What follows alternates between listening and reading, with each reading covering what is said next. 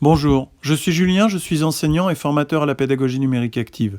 Aujourd'hui, avec mon collègue David, nous allons vous montrer comment utiliser le MacBook Air pour communiquer, partager et créer ensemble des éléments pédagogiques. Salut Julien, écoute, j'ai besoin de ton aide.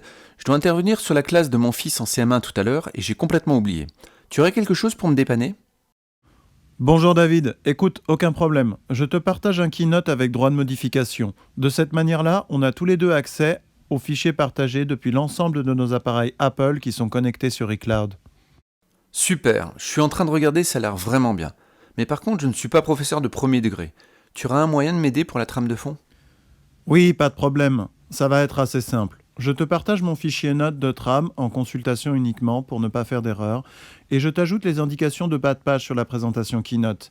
N'hésite pas à me mettre un petit commentaire consultatif sur le document Keynote si tu as besoin d'aide. Si tu veux, je vais t'ajouter l'enregistrement audio consultable sur demande dans le document. Concernant les documents vidéo et audio, je t'ouvre une photothèque partagée des ressources. C'est super, avec ça, j'ai plus qu'à dérouler le travail. Concernant le transfert des documents aux élèves, tu as un conseil pour le premier degré?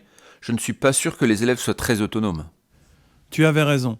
Le MacBook Air, c'est un appareil ultra mobile, puissant et polyvalent, parfait pour la classe mobile.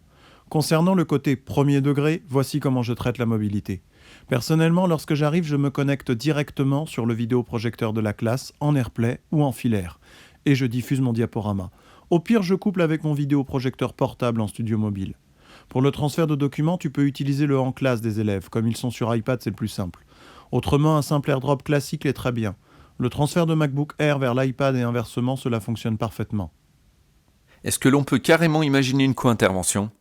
Bien sûr David, avec la technologie Apple, c'est possible. 3 solutions. Une classe virtuelle sur les modalités de ton choix. Une intervention classique en FaceTime, ou je peux ouvrir un Keynote Live. L'appareil est puissant et supporte parfaitement une telle utilisation.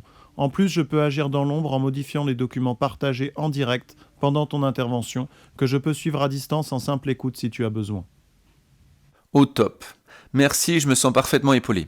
Finalement, même au premier degré, le MacBook Air, c'est la puissance d'un Mac, mais avec la mobilité d'un poids-plume, qui fonctionne avec n'importe quel appareil de l'écosystème Apple, et même en dehors.